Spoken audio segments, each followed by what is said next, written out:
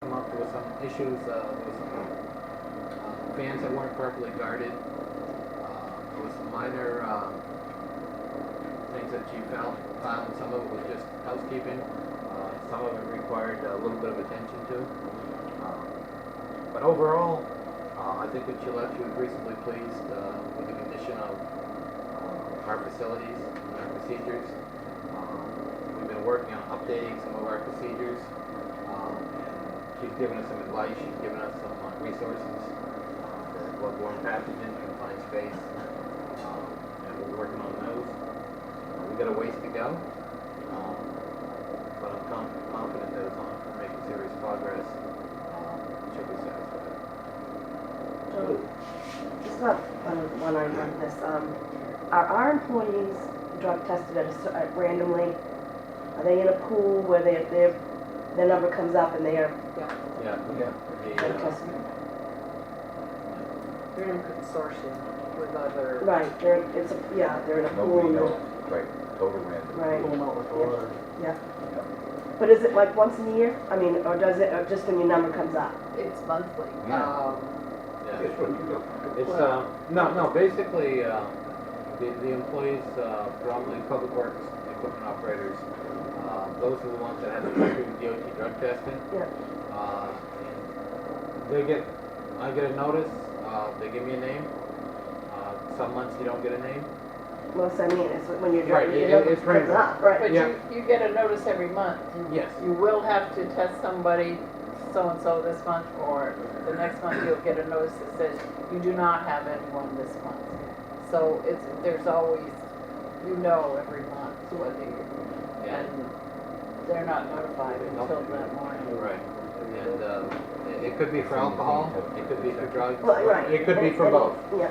So, we had one guy there get it 3 months in a row. Wow. That happens at the school. Joe used to work at the school, and there was one fella that it was every month. It was yeah. They don't know how many employees. Yeah. Right. Yeah. But he seemed to come up every time. Yeah. Yeah. Yeah. Thank you. One comment on the MMA coming to visit.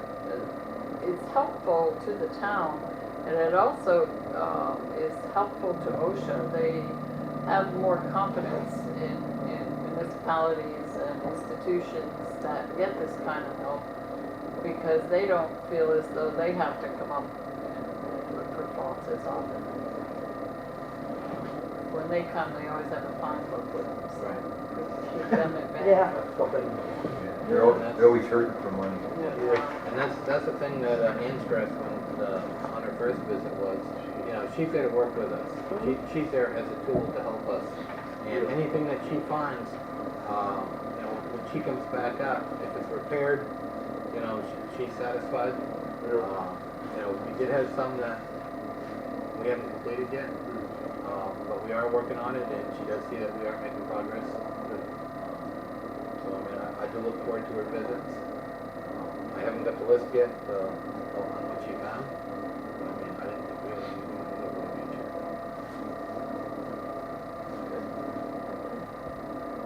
future. Next item, we talked about the last harbor board meeting, a warning from the harbor master.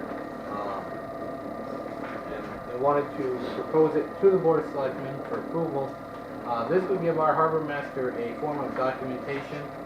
If somebody goes down and reports either an excessive weight, overtime towing at public landing, unauthorized mooring in a restricted area, creating a public nuisance, observed violating weight and speed regulations, unpaid excise tax or mooring fee, it kind of gives the harbor master a sort of documentation. Instead of saying, I saw this, he can say, look, I'm going to give you a warning. He's got a copy of the warning. Now, if the behavior continues and he has to write a summons, he also has something that he can take to a courtroom and say, look, this isn't the first time he was cited on this day or he was cited on this day. It would give the harbor master an extra tool to work with. Most harbor masters have actually way more than this.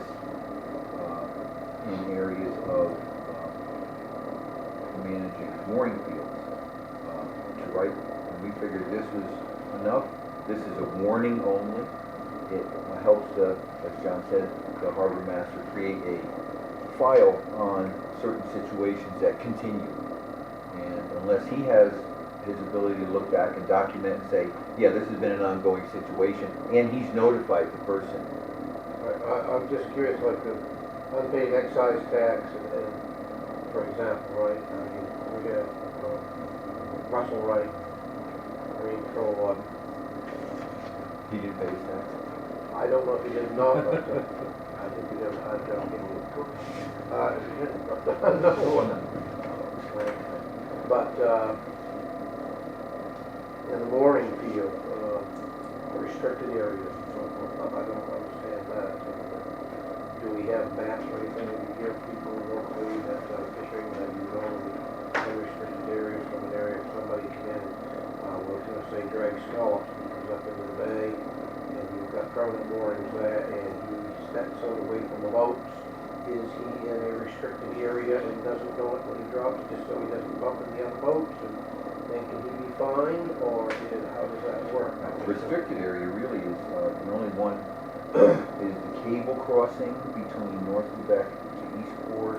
That's in the same region as the exclusion zone of the tidal generating units. Okay, and then the salmon sites? And the, actually, coast to coast, it's accepted that any mooring field is a no-wake zone. So you're supposed to transit through there as far as possible. Right. When you on your boat, you're supposed to be mainly kicked at an idle. Yeah, And right, to just right. go through, so it's like within the 5 knot range. Yeah, or slower, right. Right. Right, well, that depends, see the tide come and go. You can go in with it. You don't need as much. Well, you can get as low as you go, that's as low as you That's go. you go, that's right. I mean, you can drift almost Yeah. that speed. Okay, so what do you want? Well, we wanted to present this to the select board for their perusal and recommendations. Yeah, you know what that means? Peru, virtually. I think maybe if you add as another check off others, because I have a feeling there's more things that may come up Okay. that aren't covered. If we do an other, then it needs to have an area where other is described. Okay.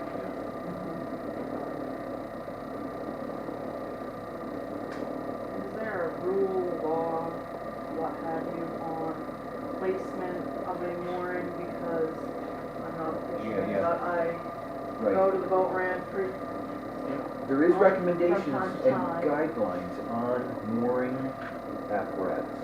And the one that's of interest to me is the suggested length of the pennant, and that is the rope that goes from the mooring ball to the boat. And that is suggested to be as short as possible. And what that does is that if you have a restricted for size mooring field, you can get more boats in there if the pennants are short. But if you have 50 feet of rope off of that mooring ball, and then you've got 60 feet of chain to the bottom from there at a high tide event, it's going to just circle the length of that pennant. At a low tide event, and the chain can stretch out, and the pennant can stretch out, and pretty